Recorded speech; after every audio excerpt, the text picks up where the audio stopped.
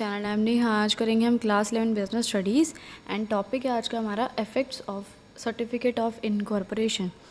यानी जब आपकी कंपनी को सर्टिफिकेट ऑफ इनकॉर्पोरेशन मिल जाता है उससे क्या होता है। गाइस देखो, ये जो वीडियोस हैं ये सभी मैंने एनसीईआरटी की बुक्स में से बनाई हैं, ठीक है। तो इस चैनल पर जितनी वीडियोज़ होंगे सारी एनसीईआरटी की बुक्स में से होंगे। तो देखो बुक में क्या लिखा है, a company is legally born on the date printed on the certificate of incorporation. देखो, जिस दिन आपको सर्टिफिकेट ऑफ इनकॉर्पोरेशन मिल जाएगा और जो डेट उस पर लिखी होगी वही डेट मानी जाएगी कि आपकी कंपनी बॉर्न यानी पैदा हो गई है।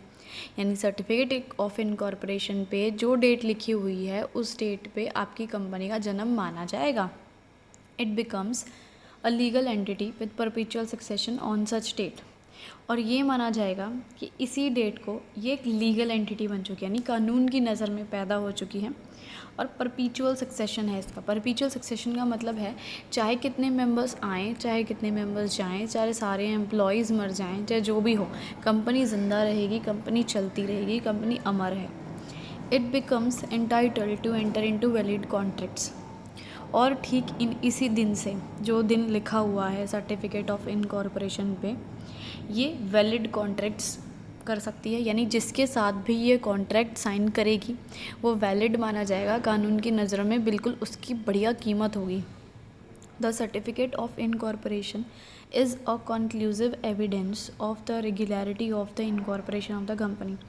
सो जिस दिन आपको सर्टिफिकेट ऑफ इनकॉर्पोरेशन मिल जाएगा वो इस बात का एविडेंस यानी प्रूफ होगा कि आपकी कंपनी इनकॉर्पोरेट हो गई है, आपकी कंपनी का रजिस्ट्रेशन हो चुका है। Imagine what would happen to an unsuspecting party with which the company enters into a contract if it is later found that the incorporation of company was improper and hence valid. Suppose यहाँ पे लिखा हुआ है, एक चीज़ देखते हैं क्या होता है। एक अनसस्पेक्टिंग पार्टी है, यानी बढ़िया पार्टी जिस पे कोई शक भी नहीं कर सकता कि ये फ्रॉड है या नहीं है, कोई शक नहीं, कुछ नहीं। उसके साथ कंपनी ने क्या किया, एक कॉन्ट्रैक्ट साइन किया। लेटर यानी बाद में पता चला कि कंपनी का इनकॉर्पोरेशन गलत था, इनवैलिड था। यानी उसने चाहे गलत डॉक्यूमेंट्स दिए हों, चाहे कुछ भी घपला किया हो, कंपनी ने जैसे तैसे अपने आप को इनकॉर्पोरेट करा लिया, रजिस्ट्रेशन करा लिया। लेकिन बाद में उस पार्टी को पता लगा कि ये तो कंपनी ही गलत है, फिर क्या हो। Therefore, the legal situation is that once a certificate of incorporation has been issued, the company has become a legal business entity irrespective of any flaw in registration. So, हम क्या मानेंगे इस सिचुएशन में। तो ये सिचुएशन क्या कहती है कि आपको सर्टिफिकेट ऑफ इनकॉर्पोरेशन इशू हो चुका है, कंपनी को ये चीज़ मिल चुकी है। अब कंपनी जो है एक लीगल बिजनेस एंटिटी बन चुकी है, यानी लॉ की नज़र में वो एक लीगल एंटिटी बन चुकी है। चाहे रजिस्ट्रेशन में फ़्लॉ हो, रजिस्ट्रेशन में फ़्लॉ का मतलब है चाहे आपने धोखाधड़ी से फ्रॉड करके अपने कंपनी को रजिस्टर्ड कराया हो, कोई फ़र्क नहीं पड़ता, आपको ये सर्टिफिकेट मिल गया, आप एक लीगल एंटिटी बन चुके हों। The certificate of incorporation is the conclusive evidence of the legal existence of the company. So ये जो सर्टिफिकेट ऑफ इनकॉर्पोरेशन है, ये एविडेंस है, ये प्रूफ है कि आप लीगली आप एग्जिस्ट करते हो, आप कानून की नज़रों में आप पैदा हो चुके हो। Some interesting examples showing the impact of the conclusiveness of the certificate of incorporation are as under। कुछ एग्जाम्पल्स दे रखे हैं कि अगर आपको इन सर्टिफिकेट ऑफ इनकॉर्पोरेशन मिल जाता है तो उस केस में क्या होता है। सपोज़ क्या हुआ, आपने 6 जनवरी को सारे डॉक्यूमेंट्स रजिस्ट्रेशन के लिए जमा करवाए, रजिस्ट्रार के पास जाके 6 जनवरी को सारे डॉक्यूमेंट्स दे दिए जो ज़रूरी थे। फिर क्या हुआ, सर्टिफिकेट ऑफ इनकॉर्पोरेशन आपको 8 तारीख को मिल गया, 2 दिन बाद। ठीक है, आपने 6 को जमा करवाए, 8 तारीख को आपको सर्टिफिकेट ऑफ इनकॉर्पोरेशन मिल गया। लेकिन गलती से रजिस्ट्रार से क्या हुआ, सर्टिफिकेट के ऊपर डेट क्या लिख दी उसने, 6 जनवरी। उसको 8 लिखनी चाहिए थी क्योंकि 8 को आपको सर्टिफिकेट मिला था। उसको पता नहीं दिमाग में क्या आया, उसने 6 जनवरी लिख दी। सो अब क्या होगा, अब क्या डिसीजन लिया जाए। सो अब माना जाएगा कि कंपनी की एग्जिस्टेंस जो है 6 जनवरी की ही है, 6 जनवरी से कंपनी पैदा हुई है। अब गलत लिखी हो चाहे सही लिखी हो कोई फ़र्क नहीं पड़ता, अब कंपनी का जन्म 6 जनवरी का माना जाएगा। और जितने भी वो कॉन्ट्रैक्ट साइन करेगी 6 जनवरी के दिन से, वो सारे वैलिड माने जाएंगे, कानून की नज़र से में पूरी कीमत होगी उनकी। ठीक है, सेकेंड पॉइंट देखते हैं। a person forged the signatures of others on the memorandum, the incorporation was still considered valid. एक आदमी ने क्या किया, मेमोरेंडम पे साइन करना पड़ता है, सबको पता है, ठीक है, 6-7 लोगों को। तो उसने जितने भी साइन थे ना वो फॉर्ज्ड करे, फॉर्ज यानी जाली साइन कर दिए, कॉपी खुद से नकली साइन कर दिए दूसरे लोगों के। लेकिन कंपनी इनकॉर्पोरेट हो गई, तो क्या माना जाएगा कि कंपनी का इनकॉर्पोरेशन वैलिड है, कंपनी बिल्कुल मानी जाएगी कि लीगल एंटिटी है।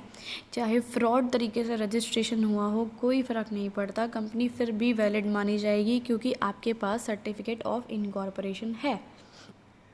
Thus, whatever be the deficiency in the formalities, the certificate of incorporation once issued is a conclusive evidence of the existence of the company. So, whatever यानी चाहे कुछ भी डेफिशिएंसी हो फॉर्मेलिटीज़ में, फॉर्मेलिटीज़ यानी जो documents हमने जमा करवाए थे, डेफिशिएंसी यानी कमी, चाहे कोई भी कमी छूट गई हो, कोई फ़र्क नहीं पड़ता, आपको सर्टिफिकेट ऑफ इनकॉर्पोरेशन इशू हो चुका है, मिल चुका है, ये इस बात का एविडेंस है कि आपकी कंपनी अब एग्जिस्ट करती है, लॉ की नज़र में वो जन्म ले चुकी है। Even when a company gets registered with illegal objects, the birth of company cannot be questioned. अब इसमें लिखा हुआ है चाहे कोई भी कंपनी हो, उसका रजिस्ट्रेशन हो चुका है लेकिन उसके ऑब्जेक्टिव्स इलीगल हैं, यानी वो गलत कामों के लिए बनाई गई हैं, फिर भी क्या माना जाएगा कि वो कंपनी का जो जन्म है उस पर कोई सवाल नहीं उठा सकता। क्यों? क्योंकि उसको सर्टिफिकेट ऑफ इनकॉर्पोरेशन मिल चुका है, अब चाहे वो जो मर्जी करें। The only remedy available is to wind up. So only solution अपने पास क्या है, वाइंड इट अप का मतलब है उसे बंद कर दो, बात ख़त्म। अगर पता लग जाता है इधर कि हाँ ये कंपनी जो है ऐसे फ्रॉड कर रही है तो बंद कर दो उसको। Because the certificate of incorporation is so crucial, the registrar has to go very carefully before issuing it.